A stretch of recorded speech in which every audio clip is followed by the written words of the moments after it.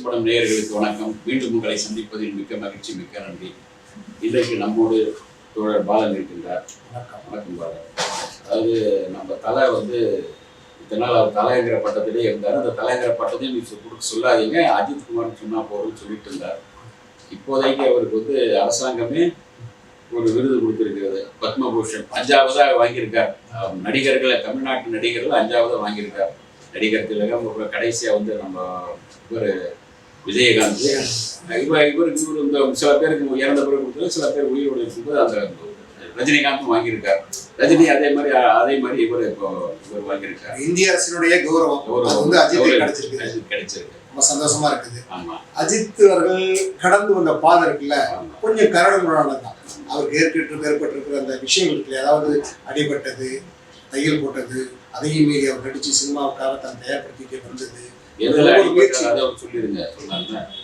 ஆரம்பத்துல இருந்து கூட சொல்லியிருந்தாங்க. அதாவது சோழா பொன்னுரங்கம்னு ஒருத்தர், அதாவது தயாரிப்பாளர் சோழா பொன்னுரங்கம், அவர் நீலமாலா அப்படின்னு ஒரு தொடர் தயாரிச்சாரு. தூர்தர்ஷனை குறிச்சு மிகப்பெரிய அளவுல வெற்றி. அந்த படத்தினுடைய இயக்குனர் செல்வா வச்சு முதல்ல படம் தயாரிக்கிறார். அந்த படம் இல்லையா, அந்த படத்துல ஆனந்த் ஹீரோ, தலைவாசன் படத்துக்கு பேரு. படம் ரிலீஸ் ஆச்சு, ஓரளவுக்கு பரவாயில்ல அப்படிங்கிற ஒரு பேரு. அதுக்கு அடுத்ததா அமராவதினு ஒரு படம் ஆரம்பிக்கிறாங்க. அந்த படம் ஆரம்பிக்கும் போது அந்த படத்துக்கு முதல்ல வேற ஒரு ஹீரோ எல்லாம் செலக்ட் பண்ணி ஷூட்டிங் ஊட்டியில் எடுக்க போறாங்க. அதுக்கு முன்னாடி ரிஹர்சல் மாதிரி எடுத்து பார்த்தாங்க. அந்த ஹீரோவுக்கு செட் ஆகணும், அதாவது நடிக்க தெரியலன்னு வச்சுங்களேன். அப்போ அவரை நீக்கிட்டு வேற ஒருத்தரை போடலாம் சொல்லும்போது நிறைய புதுமுகங்களை தேர்ந்தாங்க. அப்போ அந்த படத்துக்கு பிஆர்ஓ பணியாற்றிய, அதாவது இப்போ மேனேஜரா இருக்கிறார் இல்லையா, சுரேஷ் சந்திரா, அவர் நிறைய மீடியேட்டர்ஸ், அதாவது மாடல் கோஆர்டினேட்டர் இருக்காங்க இல்லையா, அவங்கெல்லாம் போட்டோ முன்னாடி வாங்க நிறைய ஒன்றா கொடுத்துருக்காரு. அடுத்ததோ அதுல ஒரு போட்டோ இவருடைய போட்டோ செலக்ட் ஆகிருக்கு. அதை வச்சுதான் இவரோட ஷூட்டிங் ஒப்பந்தம் செஞ்சாங்க. அப்படி கிடையாது. இது எப்படி செலக்ட் பண்ணாங்க அப்படின்னா, அவர் முதல்ல மலைய தெலுங்குல ஒரு படம் பண்ணார். அந்த படத்துடைய ப்ரஷ் எல்லாம் இவர் பார்த்துருக்காரு, எஸ்பிபி. இவங்க வாய்ப்பு, இவங்க ஒரு ஆட்களை ஹீரோவை தேடும் போது சொன்னாங்க. எஸ்பிபி என்ன சொன்னாங்கன்னா, மயிலாப்பூர்ல ஒரு பையன் இருக்கான், நம்ம பிரேம புஸ்தக படத்தில் நடிச்சிருக்கான், அந்த பையனை பாருங்க, நல்லா ஃப்ரெஷ்ஷா சூப்பரா இருப்பான் அந்த பையன் அப்படின்னு எஸ்பிபி சொன்ன பிறகு இவங்க போய் பிரேம புஸ்தக அந்த போட்டோஸ் எல்லாம் பார்க்குறாங்க, போய் அங்கே பார்க்குறாங்க. இப்படிதான் செலக்ட் ஆகும். நான் கேள்விப்பட்டது உமார் ரியாஸ் சொல்லிட்டு ஒரு மாடல் பண்ணிட்டு அவங்க கொடுத்த போட்டோ தான் சுரேஷ் கொடுத்து அந்த வாய்ப்பு கிடைச்சது அப்படின்னு அவர் மாடலா இருந்தாரு. ஆனா எஸ்பிபி சொன்னதுல இருந்து இவங்க உடனே இதாயிடுச்சு. ஏன்னா எஸ்பிபி அந்த படம் பார்த்தாங்க, அந்த படம் பார்த்துட்டு அதுல பாடலும் பாடியிருக்காரு அவருக்காரு. ஆனா எஸ்பிபி சொன்ன உடனே இவர் போயிட்டு செலக்ட் பண்ணாங்க. இவரை செலக்ட் பண்ணும்போது இவர் கேட்ட சம்பளம் 40,000 ரூபாய் கேட்டாரு. ஆனா 5,000 ரூபாய் தான் கொடுத்தாங்க. பைக் ரேசர் அப்படிங்கிறதுக்காக அதுல நீங்க சொன்னதுல அவருடைய மேனேஜராக இன்னைக்கு இருக்காங்க. அவருடைய பைக் அந்த நேரத்துல சுரேஷ் சந்திரா அவர் கொஞ்சம் பண முறையில இருந்தார், கடன்ல இருந்தார். ரஜித் என்ன சொன்னாருன்னா, இந்த படத்துக்கான பைக் ஒன்று தேவைப்படும், அப்பப்போ வாடகை எடுத்துறது நீங்க இவர்கிட்ட வாங்கிங்க, விலைக்கு வாங்கிங்கன்னா 5,000 ரூபாய்க்கு அந்த பைக் வாங்கப்பட்டது. வாங்கி அந்த பைக்ல தான் சுத்தி படம் எடுத்தாங்க. ஊட்டியை கொண்டு போயிட்டாங்க. எடுத்தாங்க. அந்த ஊட்டியை ஷூட்டிங் ஸ்பாட்டுக்கு போகும்போதெல்லாம் டெய்லி பின்னாடி உட்காந்து சுரேஷ் சந்திரா போவாங்க. போகும்போது அவர் சர்வன்னு மேடு படம்லாம் பார்க்காம சர்வன்னு வேகமா போவார்ல, அதை பார்த்துட்டு ஒரு நாள் கேட்டிருக்காரு, கொஞ்சம் பயம் இல்லையா உங்களுக்கு, ஒரு சின்ன கல் அடிச்சா கூட வண்டி எகிரி போய் விழுந்துரும்ல அந்த ரோட்ல அப்படின்னு கேட்டிருக்காரு. அதுக்கு சொல்லியிருக்காரு, கான்ஃபிடென்ட் மட்டும் இருந்ததுனாக்க கவலையே பட வேண்டியது, கான்ஃபிடென்ட் இல்லாம நம்ம ஓட்டினோம்னா நமக்கு அது விபத்து வரும் அப்படின்னு சொல்லியிருக்காரு. அதுல ஒரு விஷயம் என்னன்னா, நான் ஃபர்ஸ்ட் சொன்னேன், நான் என்ன சொன்னாக்கா, முதல் நாள் ஷூட்டிங்ல அவருக்கு நம்பிக்கையை ஏற்படுத்தினாரு சுரேஷ் சந்திரா. என்னன்னா, எல்லா ஷூட்டிங்க்கு உட்கார்ந்துருக்கும் போது பக்கத்துல மணிரத்னம் படத்துக்கு ஒரு யூனிட் உட்கார்ந்து அந்த படம், அந்த படத்துல இந்த தலைவாசல் படத்துல நடிச்ச ஹீரோ அதுல செகண்ட் ஹீரோ நடிக்கிறதுனால பிரசன்னா அவர் நடிக்கிறவங்க எல்லாம் வாழ்த்து சொல்றதா போயிட்டாங்க. இது ஒண்டியா உட்காந்துருக்கும் போது நீங்க போகிற பாஸ் அப்படின்னு கேட்கும்போது, இல்ல நீங்க அது மாதிரிலாம் வருவீங்க அப்படின்னு சொல்லும்போது வரணும் அப்படின்னு கையை அப்படி அழுத்தி பிடிச்சிருக்காரு. அந்த அழுத்தக்கூடிய ஹீரோ நீங்க தான், நீங்க வருவீங்க, அப்போ பார்த்துக்கலாம் அப்படின்னு ஹீரோ நீங்க தான் அப்படின்னு சொல்லும்போது இவருக்குள்ள ஒரு கான்ஃபிடென்ட், சரி நமக்கு நம்பிக்கையான ஒருவர் அப்படின்னு அப்பவே இவரை செலக்ட் பண்றாரு. கான்ஃபிடென்ட் அன்னிலிருந்து இருக்கு. அந்த கான்ஃபிடென்ட் பாத்தீங்கன்னாக்க அதுக்கடுத்து 4 படங்கள் வரிசையா பெருசா போகணும். அதன் பிறகு வசந்தி இயக்கிய ஆசை படம் இல்லையா, அந்த படம் மணிரத்னம் தயாரிப்புல அந்த படம் மிகப்பெரிய வெற்றி படம் அமைஞ்சது. அதுக்கு முன்னாடி பாத்தீங்கன்னாக்க 2-3 படம் நடிக்கும் போது ஒரு பெருசா வாய்ப்பு இல்லைன்னதும் எஸ்.ஏ. சந்திரசேகரே சொல்லி விஜய் கூட ஒரு படத்துல நடிக்க வச்சார், ராஜாவின் பாலின்னு சொல்லிட்டு ஒரு படத்துல நடிக்க வச்சார். அப்படி நடிச்சுக்கிட்டு இருந்தார். ஆசை படம் பெரிய ஹிட் ஆனதும் திரும்பவும் வந்து என்ன பண்றாரு, வசந்த் வந்து அடுத்து வந்து விஜய் அஜித் 2 பேரும் இணைச்சு ஒரு படம் பண்ணலாம், நேருக்கு நேர் வந்து ஆரம்பிச்சாங்க. அப்புறம் வந்து கொஞ்சம் ஷூட்டிங் போனுச்சு. அதன் பிறகு என்ன நிறைய படங்கள் தனியா பண்ணலாம்னு சொல்லிட்டு என்ன பண்ணாரு, நிறைய படங்கள் தனியா வரும்போது அதை ஒத்துக்க மாட்டாரு. அப்புறம் அப்படியே அவரு சூர்யா வச்சு எடுக்க ஆரம்பிச்சாங்கன்னு வச்சுங்களேன்.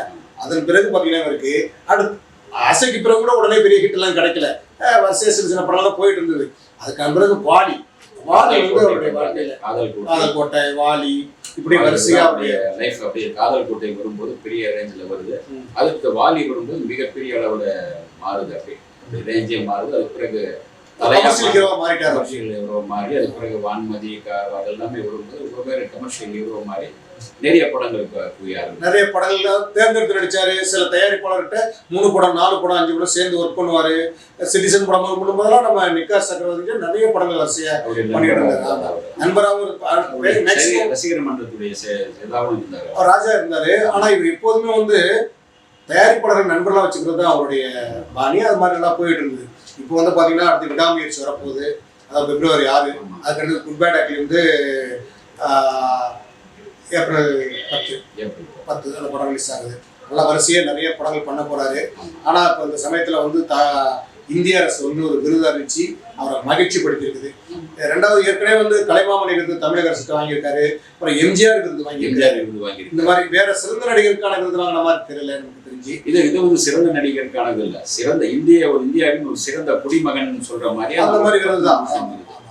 இந்தியாவின் சிறந்த குடிமகனா வந்திருக்காரு. ஏன்னா ஏற்கனவே இந்தியாவுக்கு பெருமை சேர்க்கிற மாதிரி அந்த கார் பந்தயத்துல மிகப்பெரிய அளவில் இது பண்ணாரு, வெற்றி பெற்று அந்த வெற்றியின் மூலமா தமிழ்நாட்டையும் உயர்த்திட்டாரு, இந்தியாவை உயர்த்தப்பட்டார், இந்தியாவுக்கு பெருமை சேர்த்தார். அதுக்கு இந்தியா அவருக்கு கொடுக்கக்கூடிய இந்த கௌரவம் தான். இந்த இடத்துல ஒரு விஷயத்தை பாராட்டணும். இந்த சினிமாவுக்கு வந்ததுக்கு காரணமே அவர் ஒரு பைக் ரேசரு, பைக்ல பெரியவரோட புகைப்படணும்னு ஆசை. ஆனா சரியா அமையல, இதுல ஒர்க் பண்ணாரு. அதாவது பைக் ரிப்பேர் பண்ற வேலையை பண்ண ஆரம்பிச்சிட்டாங்க. ஆனா அவர் பாருங்க, பைக் ரேசரா இருந்து சினிமாவுக்கு வந்து பைக் ரேசர், கார் ரேசர், விமானத்தையே பிரிச்சு போக்குற அளவுக்கு, அதாவது அவர் சொல்லுவாங்க அவருக்கு ஒரு நாளைக்கு 24 hours பத்தாது, 48 மணி நேரம் கூட சந்தோஷமா அந்த அளவுக்கு வேலை பார்த்துட்டே இருக்கக்கூடிய ஒரு காட்சி ஒன்று எழுதி போட்டு பண்ணிட்டு சமையல் பண்ணுவார், இல்லாட்டி காஃபி போடுவார், டீ போடுவார், அதை பேசிட்டு இருப்பார், வேற விஷயம் பேசுவார். ஒரு ஹோட்டலுக்கு போனா கூட சாப்பிட்டுட்டு பொருள் என்ன இருந்துச்சுனாக்க நேரா போய் குக்கு யாரு தயாரிச்சாங்க அவங்கள்ட்ட போய் டீட்டெயில்ஸ்லாம் தெரிஞ்சுக்கிட்டு பாராட்டிட்டு அப்பதான் வருவாங்க. அந்த அளவுக்கு வந்து ஒரு ரசனை உள்ள ஒரு மனிதனாக எதையும் ஒரு ரசனையோடு செய்யும் போது நீங்க தேர்ந்த ரசனையோடு எல்லா இடத்துலையும் வெளிப்படுது. அதனாலதான் ரசனையோடு கதைகள் செய்யணும்னா ரசனையோடு காதல் காட்சி நடிக்கிறது, ரசனையோடு கொஞ்சம் அந்த சண்டை காட்சி தான் நடிச்சாரு. ஆனா அந்த பைக் ரேஸுங்கிறது ரசனையோடு பண்ணதுனால தான் உங்களுக்கு வந்து இது பண்ண முடிஞ்சது. உண்மை என்னன்னா ஒரு விஷயம் என்னன்னாக்க, ஒரு படம் தோல்வி அஞ்சினாக்க அந்த படம் தயாரிப்பாளர்களுக்கு இன்னொரு படம் அந்த மாதிரி ஒரு முறையை வச்சிருந்தாரு. அதாவது ஏமாத்திட்டு போற மாதிரியான ஒரு ஹீரோ இல்லை. ஆனா செலவினங்கள் ஜாஸ்தியா இருக்கும், இல்லைனாக்கா அடுத்த படத்தை கொடுத்துடலாம் அப்படிங்கிற மாதிரி ஒரு அப்படி போயிட்டு இருக்காரு. ஏன்னா தான் விரும்பின மாதிரியே படம் இருக்கணும், ரசிகர்களுக்கு அந்த உற்சாகத்தை கொடுக்குற மாதிரி இருக்கணும், ரசிகர் மட்டும் தேவையில்லை அப்படின்னு நினைக்கக்கூடிய ஒரு ஆளு. சரி, இந்த விடாமுயற்சிக்கான அந்த கதை பிரச்சனைகள் என்னாச்சு? தீர்ந்துருச்சு தான் ஆரம்பி ரிலீஸ் ஆக போகுது. என்னன்னா 150 கோடி கேட்டாங்க பிரேக் டவுன் படத்துக்காக, அதுக்காக தான் சொல்லி இப்போ பார்த்தீங்கன்னா அடுத்து வந்து அப்புறம் பேசி 50 ரூபாய்க்கு வந்தாங்க. 50 ரூபாய்க்கு பேசி நீயே வச்சுக்க வேர்ல்டு ரைட்டு நாங்கள் தமிழ்நாட்டு பண்ணி சொல்லிக்கிற மாதிரி கொண்டு வந்தாங்க. ஆனால் ஒத்துக்கலை, நீங்கள் காசை கொடுங்கன்னு சொல்லி கடைசியில் 25 கோடிக்கு. ஆனால் ஒரு கஷ்டமான சூழ்நிலை, இவ்வளோ எழுத்தாளர்கள் கதை இல்லாத மாதிரியும் இந்தியாவிலே எழுத்தாளர்கிட்ட கதை இல்லாத மாதிரியும் வெளிநாட்டுக்காரனுக்கு 25 கோடிக்கு ஒரு கதை கொடுக்குறாங்கன்னா கொடுமை தான். இது என்னன்னு சொல்றது? டைரக்டரை காப்பாத்திட்டாங்க, படத்தை பாராட்டி பேசும்போது என்ன சொல்றாருன்னா, அஜித் பல டைரக்டர்கள் உருவாக்குனா அது நானும் ஒருத்தன் அப்படின்ட்டாரு. உருவாக்குன மாதிரி தானே மறுபடியும் அப்படி லைஃப் கொடுத்த மாதிரி தானே மறு லைஃப் கொடுத்தாங்க. ப்ரொடியூசர் பாவம்ல, ப்ரொடியூசர் ஐயோ பாவம் தானே. ஏன்னா மிகப்பெரிய ஒரு தொகை வந்து அப்படியே போகும்போது கஷ்டமா தான் இருக்கும். யாருக்கும் வெளியே ப்ரொடியூசர் விரும்பி தானே ஏத்துக்கிறாரு. ஆமா, இது ஆரம்பத்திலே அவங்க சரி பண்ணி இருக்கணும். சரி, விட்டுட்டாங்க. அதெல்லாம் மறந்து விடுங்க, எல்லாம் மறந்துட்டு இப்போ அந்த படம் வந்து சக்சஸ் ஆகணும். அது சக்சஸ் ஆயிடும், சக்சஸ் ஆயிடும், விருதும் வாங்கிடுவாரு. ஆனா விருதெல்லாம் நிறைய வாங்குறதுக்கு போறதே கிடையாது. எந்த ஒரு விருது விழாவுக்கும் அஜித் போறது கிடையாது. அவருடைய படத்துடைய ஆடியோ ஃபங்க்ஷன் நடந்தா கூட அதுக்கும் கூட போறது கிடையாது. அதனால அவர் வந்து இந்த விருதை வாங்குறதுக்காக போவாரா? இல்ல, நிச்சயமா போவார். ஏன்னா போய் ஆகணும். இந்த அரசு மைய அரசு அதாவது நீங்க இப்போ பாராட்டு விழாங்கிறது வேற, கேசட் ரிலீஸ்ங்கிறது வேற. இது நமக்குள்ள நடக்குது. அதுல போயிட்டோம்னா அதுல உங்களுக்கு வந்து அவருடைய இது கிடைக்காது, ஒரு பெப்பு போயிடும், அப்படி வேற மாதிரி நினைப்பாரு. அதாவது மக்களோடு வந்து நீங்க போயிட்டு உட்கார்ந்துட்டீங்கன்னா அதுக்கான ஒரு கிரேஸ் போயிடும் அப்படின்னு நினைப்பாரு அவர். அது ஒரு எம்ஜிஆருடைய பாணி.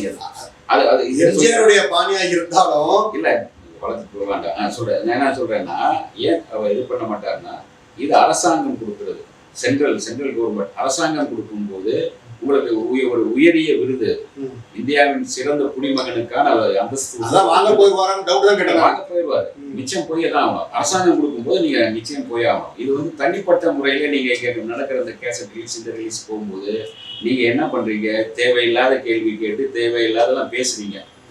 அதனாலதான் தேவையில்லாத பண்ணி தான் அதை வந்து கடைசியில் இவங்க 2 பேரும் வர வேண்டாம் எண்ணத்துக்கு தேவையில்லாத கேள்விகள்லாம் கேட்டு நம்மளை எங்கேயும் மாட்டி விடுறாங்க, தேவையில்லை அப்படின்னு நினைக்கிறாங்க.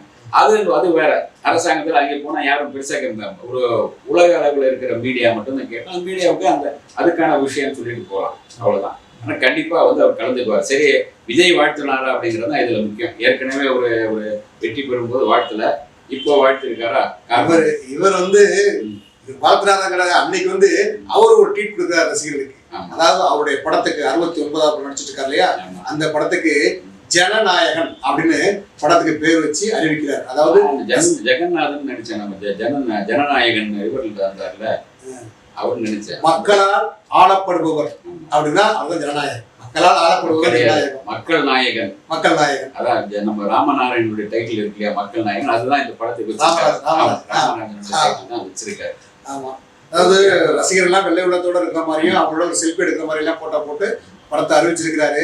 ஆனா டைட்டில் நல்லா தான் இருக்குது, மக்கள் நாயகன் அப்படிங்கிற மாதிரி ஜனநாயகன் வந்து ஜனநாயகம் பேசுமாங்கிறத படத்துல பார்ப்போம். அது அப்படி போக வேண்டாம், ஏன்னா நீங்க விஜய் பத்தி பேச போறோம், அதோட அஜித் பத்தி பேசிட்டு. ஓகே, அஜித் வந்து இதுல அந்த ஃபங்க்ஷன்ல வந்து கண்டிப்பா வந்து கலந்துக்குவார். கலந்துக்கிட்டு நமக்கு ஒரு ட்ரீட் வைப்பார்னு நினைக்கிறேன். ஆகவே அவர்களை வாழ்த்துவோம். நன்றி, வணக்கம். நன்றி. இந்த வீடியோ உங்களுக்கு பிடிச்சிருந்தா லைக் பண்ணுங்க, ஷேர் பண்ணுங்க, கமெண்ட் பண்ணுங்க, சப்ஸ்கிரைப் பண்ணுங்க, மறக்காம பெல் ஐகானை கிளிக் பண்ணுங்க.